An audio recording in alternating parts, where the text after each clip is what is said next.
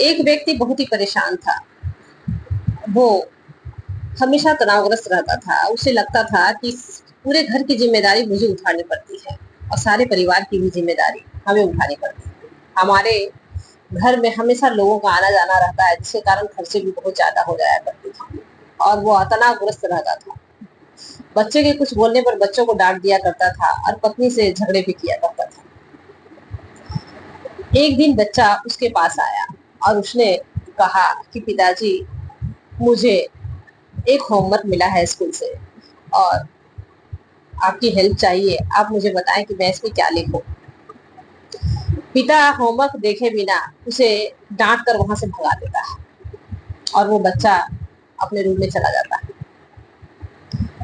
उसके बाद पिता जब शांत होता है तो उसे लगता है अपने इस व्यवहार से उसे गिल्ट महसूस होता है और वो फिर जाता है पुनः अपने बच्चे के रूम में। और जैसे ही बच्चे के रूम में जाता है वह देखता है कि उसका बच्चा सो चुका होता है और उसके हाथों में होमवर्क की कॉपी होती है।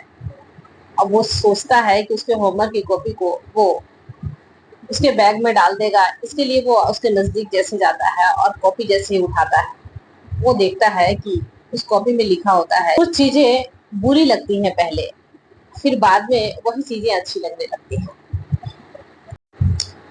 उस पैराग्राफ में जो टाइटल था कि पहले जो चीजें बुरी लगती है वो चीजें बाद में अच्छी लगने लगती है। हालांकि बच्चा वो पैराग्राफ को लिख चुका होता है और उसके पिता बहुत ही उत्साहपूर्वक वो देखने लगते हैं कि आखिर बच्चे ने क्या लिखा है। वो लिखता है कि मैं अपने फाइनल एग्जाम को धन्यवाद देना चाहता हूँ, क्योंकि वो शुरू में तो बुरी लगती है लेकिन इसके बाद हमारे छुट्टियों के दिन आ जाते हैं। दूसरे पैराग्राफ में वो लिखता है कि मैं धन्यवाद देना चाहता हूँ उन दवाइयों का जो शुरू में तो हमें कड़वी लगती है लेकिन बाद में वो दवाइयाँ हमें बीमारियों से ठीक कर देती है। तीसरे पैराग्राफ में वो लिखता है कि मैं धन्यवाद देना चाहता हूँ उस अलार्म घड़ी का जो हमें सुबह जगाती है और हमें बताती है कि मैं जीवित हूँ। चौथे पैराग्राफ में वो जैसे लिखता है कि मैं धन्यवाद देता हूँ ईश्वर को जिसने मुझे इतने अच्छे पिता दिए, जो मुझे भले ही डांटते हैं और उनकी डांट हमें भले ही बुरी लगती है लेकिन बाद में वो मुझे प्यार भी करते हैं और मुझे घूमने ले जाते हैं, मुझे मेरी पसंद की चीजें खिलाते हैं और मेरे लिए खिलौने लाते हैं। फिर वह व्यक्ति शांत होकर अपनी परेशानियों के बारे में सोचने लगता है और वह सोचने लगता है कि मुझे घर की सारे खर्चे उठाने पड़ते हैं। इसका मतलब है कि मेरे पास घर है तो मुझे इसके लिए ईश्वर को धन्यवाद करना चाहिए, क्योंकि बहुत सारे ऐसे लोग होते हैं जिसके अपने घर नहीं होते। मुझे परिवार की जिम्मेदारियां उठानी पड़ती है। इसका मतलब है कि बहुत सारे ऐसे लोग होते हैं कि जिसके परिवार नहीं होते, तो मुझे इसके लिए भी ईश्वर को धन्यवाद करना चाहिए।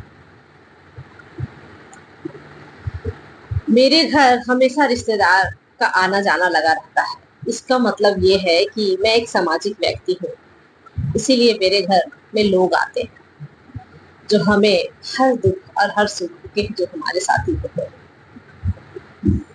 और इस तरह से वो अपने नकारात्मक सोच को सकारात्मक रूप से देखने लगता है और उसकी सारी परेशानियां जो है वो खत्म होने लगती है। पता है, हमारी लाइफ में भी कुछ ऐसा ही होता है।